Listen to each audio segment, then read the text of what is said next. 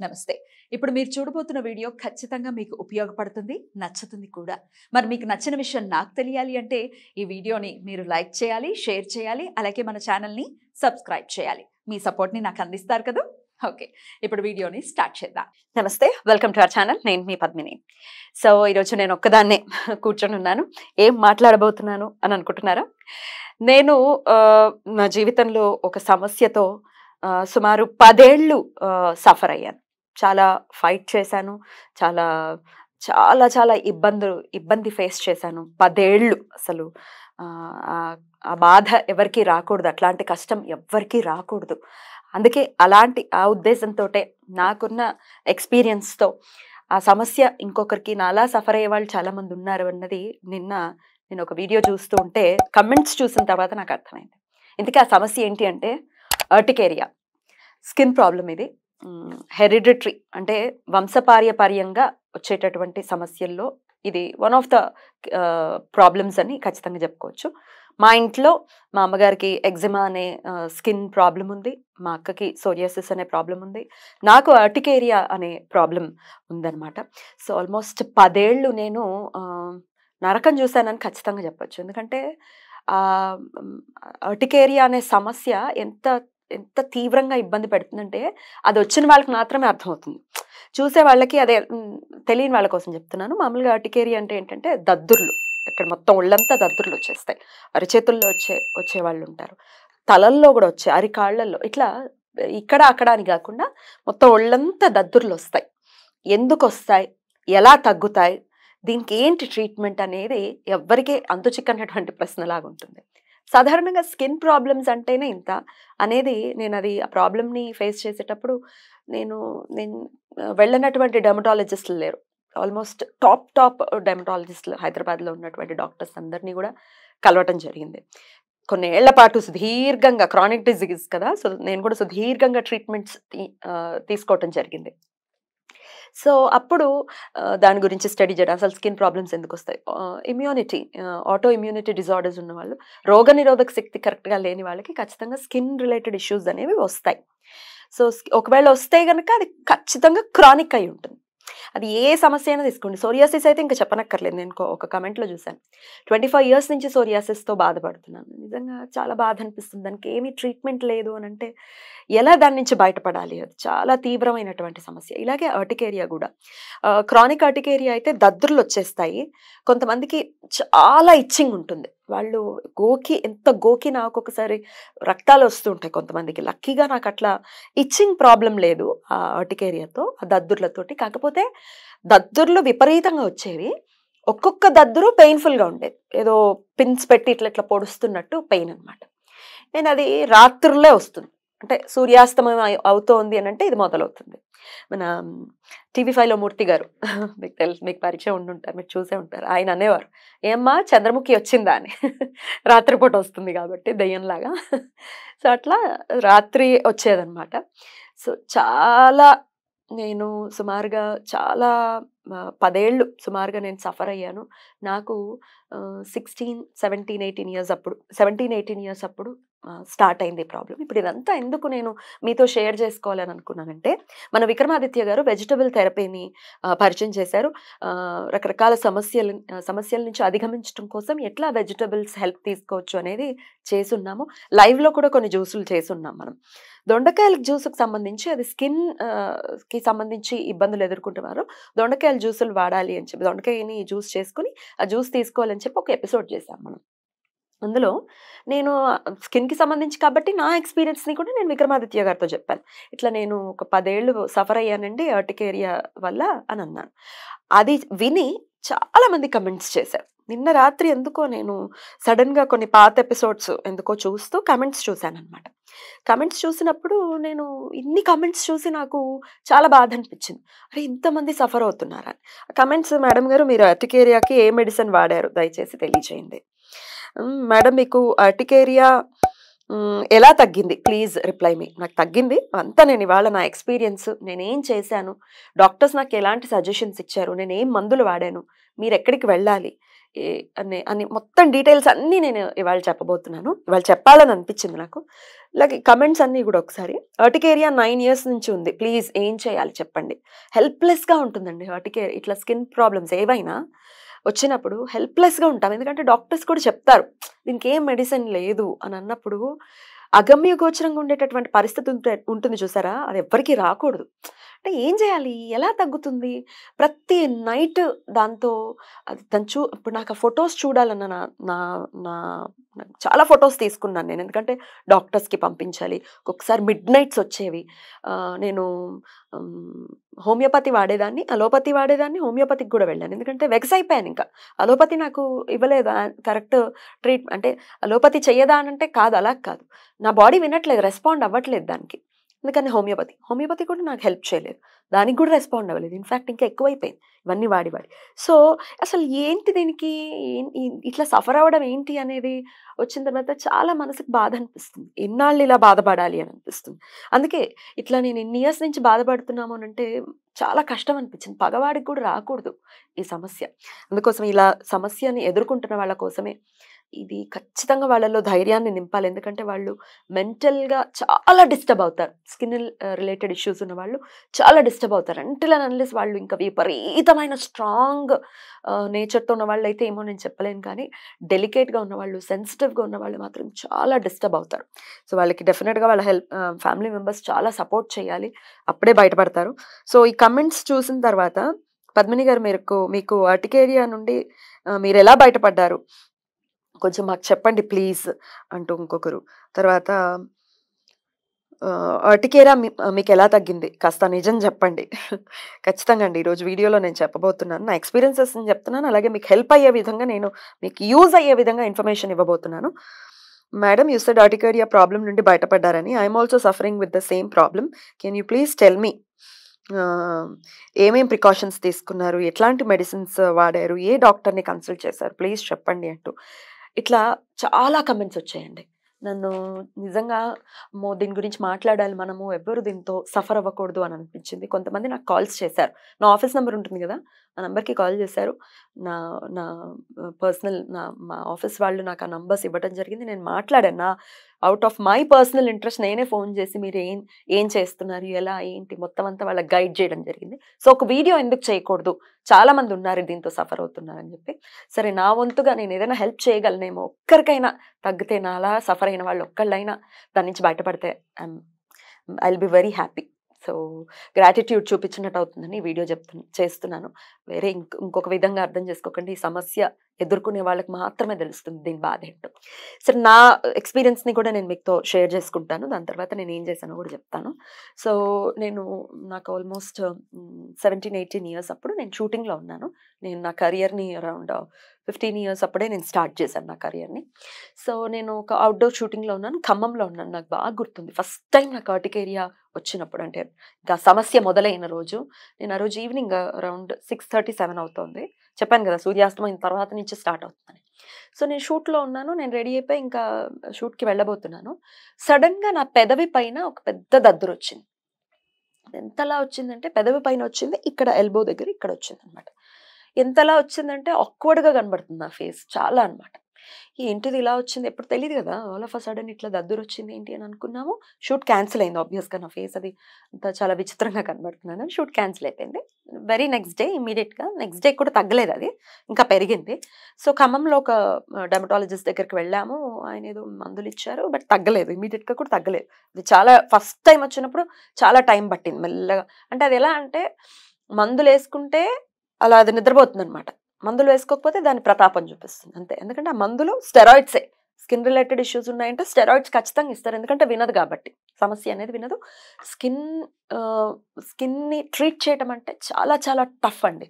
గుర్తుపెట్టుకోండి మనకి దేవుడు ఆరోగ్యాన్ని ఇచ్చాడంటే మనం చాలా గ్రాటిట్యూడ్‌తో ఉండాలి. చాలా కేర్‌ఫుల్‌గా ఉండాలి. చాలా సంతోషంగా ఉండాలి మనం. అందుకే అంటారు కదా పెద్దవాళ్ళు ఆరోగ్యమే మహాభాగ్యం అని చెప్పి. ఆరోగ్యం ఉంది అనంటే దేవుడు మీ పట్ల ఖచ్చితంగా చాలా కృపని చూపిస్తున్నారనే అర్థం. ఒక్కసారి సమస్యొచ్చిన తర్వాత అది సాల్వ్ కాకపోతే అప్పుడు తెలుస్తుంది ఆరోగ్యం ఎంత ఇంపార్టెంటో. ఇది ఆరోగ్యం బాలేని వాళ్ళందరికీ ఖచ్చితంగా ఇది అర్థమవుతుంది. సో, మీరు ఆరోగ్యవంతులుగా ఉన్నారంటే అసలెప్పుడు కంప్లెయింట్ చేయకండి. You should be very happy. In fact దేవుడికి మీరు థాంక్స్ చెప్పాలి. నేను పడుకొని వెంటనే నాకు నిద్రొస్తుంది. లేకపోతే తినిన వెంటనే నాకు ఫుడ్ డైజెస్ట్ అవుతోంది. So, you should be very happy. So, డెఫినిట్‌గా ఎప్పుడు ఆహ్, కృతజ్ఞతా భావంతో ఖచ్చితంగా ఉండాలి ఈశ్వరుడి పట్ల. ఇంత కృపను చూపిస్తున్నాడు మనకు ఆరోగ్యాన్నిచ్చి. సో, 10 ఇయర్స్ నేను చెప్పాను గదా! సఫర్ అయ్యాను. సో, నేను వాడనటువంటి మందు లేదు. అన్ని స్టెరాయిడ్స్ వాడాను. నేనున్నటువంటి ఫీల్డ్ గ్లామర్ ఫీల్డ్. నేను ఎంటర్‌టైన్‌మెంట్ ఫీల్డ్‌లో ఉన్నాను. ఒళ్ళొచ్చేస్తే అది డెఫినిట్‌గా అది ఇబ్బందవుతుంది కదా! సో, స్టెరాయిడ్స్ వాడితే ఆబ్వియస్‌గా ఒళ్ళొస్తుంది. సో, నేను రకరకాల అంటే నేను ఏళ్ల పాటు రైస్ ముట్టుకోలేదు. మీరు నమ్ముతారో నమ్మరో. మిల్లెట్స్ తినేదాన్ని. ఫాక్స్‌టైల్ మిల్లెట్ తినేదాన్ని, కినోవా తినేదాన్ని, రెడ్ రైస్ తినేదాన్ని. ఇట్లా ఇమ్యూనిటీని ఎలా పెంచుకోవాలి అనేది చాలా నేను గూగుల్ చేసేదాన్ని. పెద్దవాళ్ళు చెప్పేదన్నీ ఫాలో చేసేదాన్ని. సో, ఇమ్యూనిటీని ఎట్లా మనం మేజర్‌గా మన కన్సర్న్ అంతా రోగనిరోధక శక్తిని పెంపొందించుకోవాలి. ఓకే. సో, దానికి మనం ఏం చేయాలి? హెల్తీ లైఫ్ స్టైల్ ఉండాలి ఆబ్వియస్‌గా. హెల్తీ లైఫ్ స్టైల్ అంటే ఖచ్చితంగా మంచి ఫుడ్ తినాలి. ఆర్గానిక్ ఫుడ్ తినాలి end of the day. Leafy vegetables ఎక్కువగా తీసుకోవాలి. తర్వాత వాటర్ ఎక్కువ తీసుకోవాలి. హైడ్రేటెడ్‌గా ఉండాలి.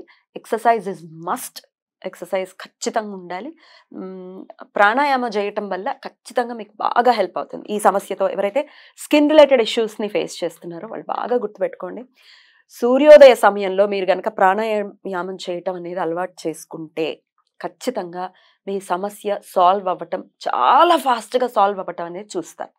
సో, సూర్యరశ్మి మీ మీద పడేలా డి విటమిన్ మస్ట్‌గా కావాలి మనకి. ఎవరైతే సమస్యలు ఫేస్ చేస్తున్నారో గుర్తుపెట్టుకోండి. డి విటమిన్ ఖచ్చితంగా కావాలి. అందరికీ కావాలి. ఈ సమస్యతో బాధపడే వాళ్ళకి ఇంకా ఎక్కువ కావాలి. సో, సూర్యరశ్మి మీ మీద పడుతూ చక్కగా మీరు ప్రాణాయామం అలవాటు చేసుకున్నారు అనంటే ఒక 3 మంత్స్ చూడండి. డెఫినిట్‌గా చా 3 మంత్స్ చాలా ఎక్కువ నేను చెప్పింది. 1 మంత్‌లోనే మీరు చేంజ్ అనేది ఖచ్చితంగా చూస్తారు. సో, గుర్తుపెట్టుకోండి ప్రాణాయామం మస్ట్‌గా చేయాలి. హెల్తీ లైఫ్ స్టైల్ ఉండాలి. అంటే ఖచ్చితంగా 8 అవర్స్ పడుకోవాలి. అలాగే త్వరగా పడుకోవాలి. మిడ్ నైట్స్ కాకుండా త్వరగా పడుకోవాలి. హైడ్రేటెడ్‌గా ఉండాలి. అండ్ నాకు డాక్టర్స్ చెప్పింది ఏంటి అంటే స్ట్రెస్‌ని హ్యాండిల్ చేయాలి. ఇదే అన్నిటికంటే చాలా పెద్ద రోల్‌ని ప్లే చేస్తుంది స్ట్రెస్‌ని హ్యాండిల్ చేయడం. ఎక్కువ ఎమోషనల్‌గా అది హ్యాపీ ఎమోషన్ ఉండకూడదు. సాడ్ ఎమోషన్ ఉండకూడదు. నేను ఫస్ట్ టైమ్ విన్నప్పుడు ఆశ్చర్యపోయా. అంటే ఎక్కువ ఆనందపడిపోకూడదు. వావ్! వావ్! అని గంతులేసేయడానికి కుదరదు. ఎక్కువ బాధపడిపోకూడదు. బ్యాలెన్స్డ్‌గా ఉండాలి. ఎట్లా సాధ్యపడుతుందది? సాధ్యపడుతుంది. ఎలాగో తెలుసా? మెడిటేషన్ చేస్తే. చెప్పా కదా! ఇప్పుడు ప్రాణాయామం.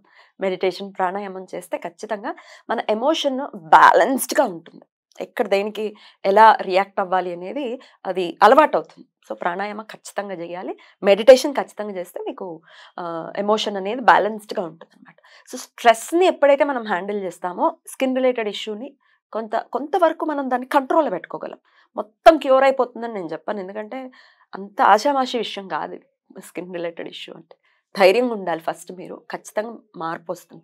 అయ్యయ్యో! ఇన్నేళ్లయిపోయింది ఇంకా తగ్గట్లేదు అని మాత్రం అనుకోద్దు. క్రానిక్‌గా డిసైడ్ అవ్వండి. ఇది టైం పడుతుంది. బట్ తగ్గుతుంది. ఫర్ ష్యూర్ తగ్గుతుంది. ఇవన్నీ మీరు మెయింటైన్ చేసుకోగలిగితే. అండ్ ఎక్సర్సైజ్ ఖచ్చితంగా వాకింగ్ చేయండి. బేర్ ఫుట్‌తో ఎర్తింగ్ అంటారు. అంటే నేల మీద చెప్పులు లేకుండా మీరు చక్కగా వాకింగ్ చేయండి. ప్రతిరోజు వాకింగ్ చేయండి. నేను కూడా చేసేదాన్ని అలా. ఎర్తింగ్ జరిగితే ఖచ్చితంగా చాలా మార్పుంటుంది. ఓకేనా? అది ఖచ్చితంగా చేయండి.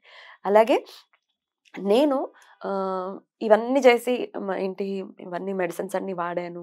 రకరకాల మెడిసిన్స్ మీరు నమ్మరు. నేను ఒక్క ఇంజెక్షన్ నాకు ఆ ఇంజెక్షన్ పేరు ఇంకా జనరల్‌గా మనకి అలోపతి మందుల పేర్లు గుర్తుండవు గదా! ఈ ఇంజెక్షన్ పేరు బాగా గుర్తుంది నాకు నోట్లో ఇంకా గుర్తుంది. నేను చెప్పదలుచుకోలేదు. ఆ ఒక్క ఇంజెక్షన్ రూ. 30,000 పెట్టి నేను 4 ఇంజెక్షన్స్ ఏమో చేయించుకున్నాను నేను. అంటే అది ఆటో ఇమ్యూనిటీ డిజార్డర్‌ని అంటే ఆహ్, రెగ్యులేట్ చేస్తుందనమాట. కరెక్ట్ చేస్తుంది. అది గూడా నాకు పని చేయలేదు. ఇన్‌ఫాక్ట్ ఆ ఇంజెక్షన్ వేసుకున్న తర్వాత ఇంకా ఎక్కువైపోయింది సమస్య.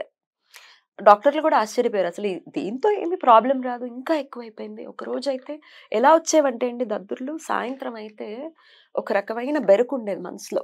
ఎవరికి చెప్పినా అర్థమయ్యేది గాదు. ఏముంది దద్దుర్లే గదా అనుకుంటారు. దద్దుర్లేనా? లోపల ఎంత పెయిన్ ఉంటుంది తెలుసా? చాలా పెయిన్ ఉంటుందది. ఇచ్చింగ్ ఉన్న చెప్పాను గదా! ఇచ్చింగ్ ఉన్న వాళ్ళకైతే ఇంకా ఎక్కువ పెయిన్‌ఫుల్. ఎవరికి చెప్పినా అర్థమయ్యేది గాదు. ఎవరు అర్థం అంటే తెలీదు కదా పాపం. వాళ్ళ ఎవరి తప్పో నేను నేను ఎవరిదో తప్పని అనట్లేదు. వాళ్ళకి అర్థమయ్యేది కాదు. నేను ఎవరికి చెప్పాలో తెలియదు. డాక్టర్‌కి చెప్తే డాక్టర్ అర్థం చేసుకునేవారు. అవునమ్మా ఇది నీ సమస్య. ఏం చేద్దాము? ఇది చేద్దాం, అది చేద్దాం అని హెల్ప్ చేసేవాళ్ళు. కానీ every day it was hell for me. తగ్గట్లేదు అనే స్ట్రెస్ ఉండేది. సో, ఈ మందులు వాడటం అంటే అస్సలు ఇష్టం ఉండదు నాకు. ఈ వాడి వెక్స్ అయిపోయాను.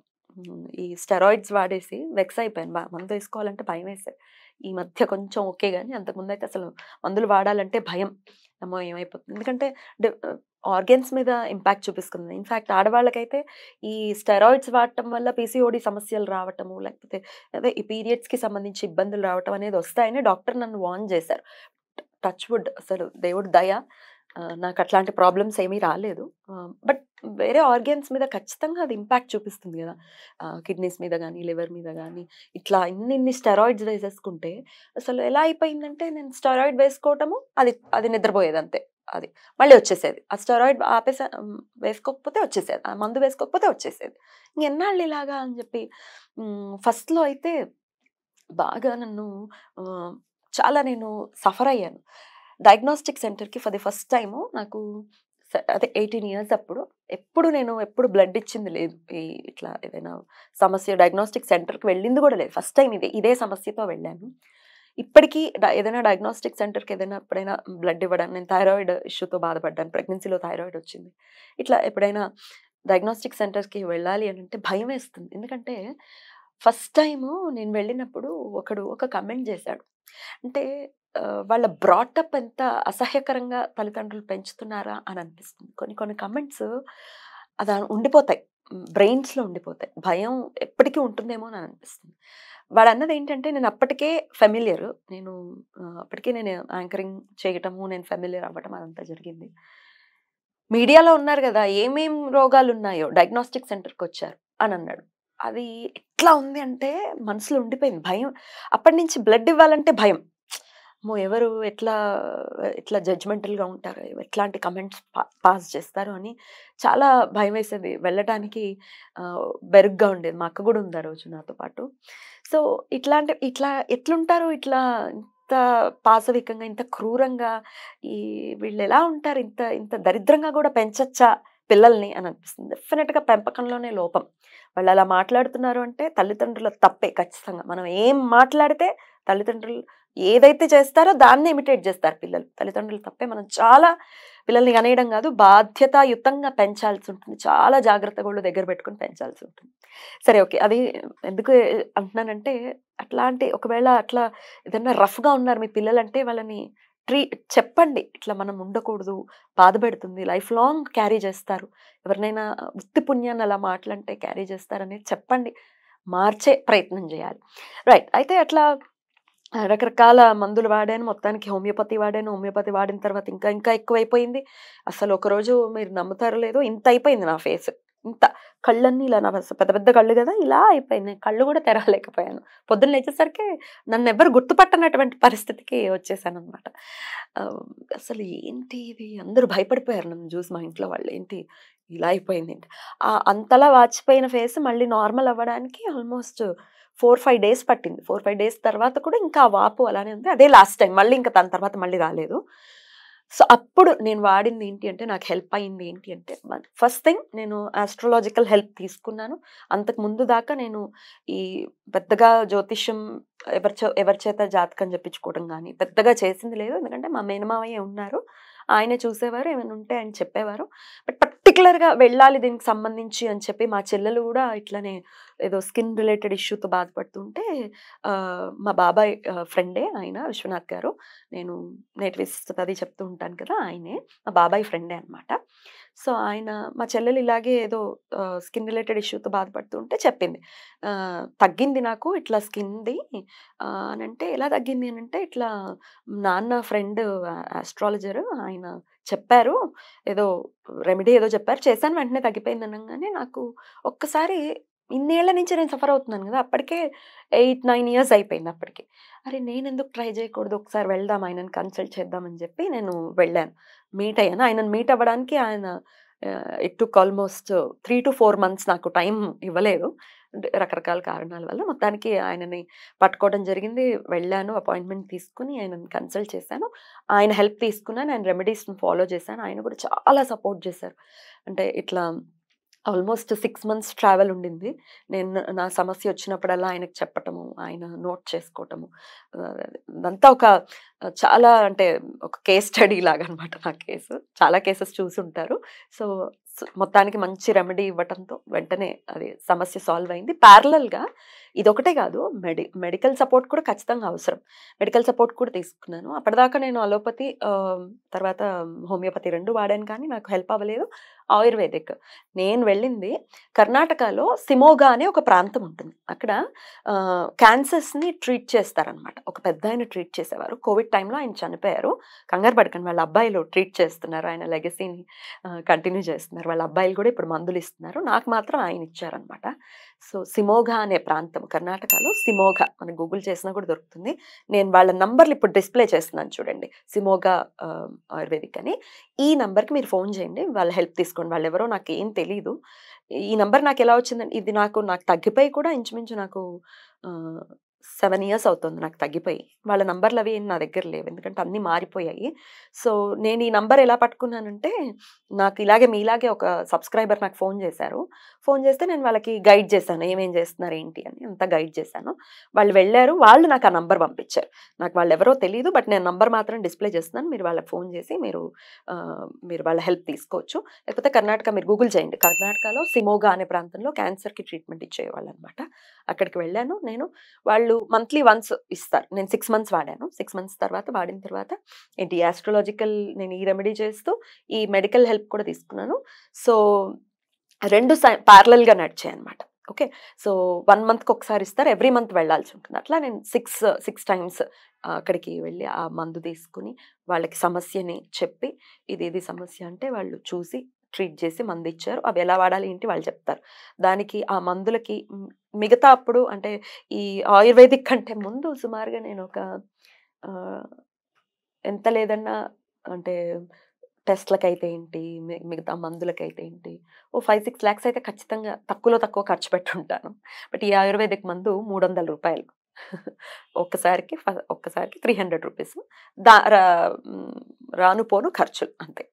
అంతకు మించి నేను గూడా వెళ్ళలేదు. నా ఫ్రెండ్ వెళ్లారు. నా ఫ్రెండ్ వాళ్ళ ఫ్రెండ్ ఫాదర్ కోసం మెడిసిన్‌కి వెళ్ళేవారనమాట ఎవ్రీ మంత్. సో, నాకు ఈ సమస్య ఉందని చెప్పి తనే వెళ్లి తనే తీసుకొచ్చారు. నేనెప్పుడు వెళ్ళలేదు. నా ఫ్రెండే నాకు హెల్ప్ చేశారు. వారికి కూడా థాంక్స్. అలాగే విశ్వనాథ్ గారికి కూడా చాలా చాలా థాంక్స్. చాలా ఓపికగా నా సమస్యను సాల్వ్ చేశారు. Thank you so much sir. So, అలాగే తను కూడా నా ఫ్రెండ్ రాజేష్ తను కూడా నాకు హెల్ప్ చేశారు. వెళ్ళి ఆ మందు తీసుకొచ్చి పాపం అట్లా 6 months వాడాను తగ్గిపోయింది. మీరు కూడా దీని నుంచి ఇక్కడ ట్రై చేయండి. ఇక్కడ ఖచ్చితంగా తగ్గిపోతుందని నేనేం చెప్పట్లేదు. ఎవరికి ఎట్లా తగ్గుతుందనేది ఇది స్కిన్ డిజీజ్ ఏదైనా కానీ ఎట్లా అది ట్రిగ్గర్ అవుతుంది, ఎట్లా దానికి సొల్యూషన్ అనేది ఎవరు చెప్పలేము.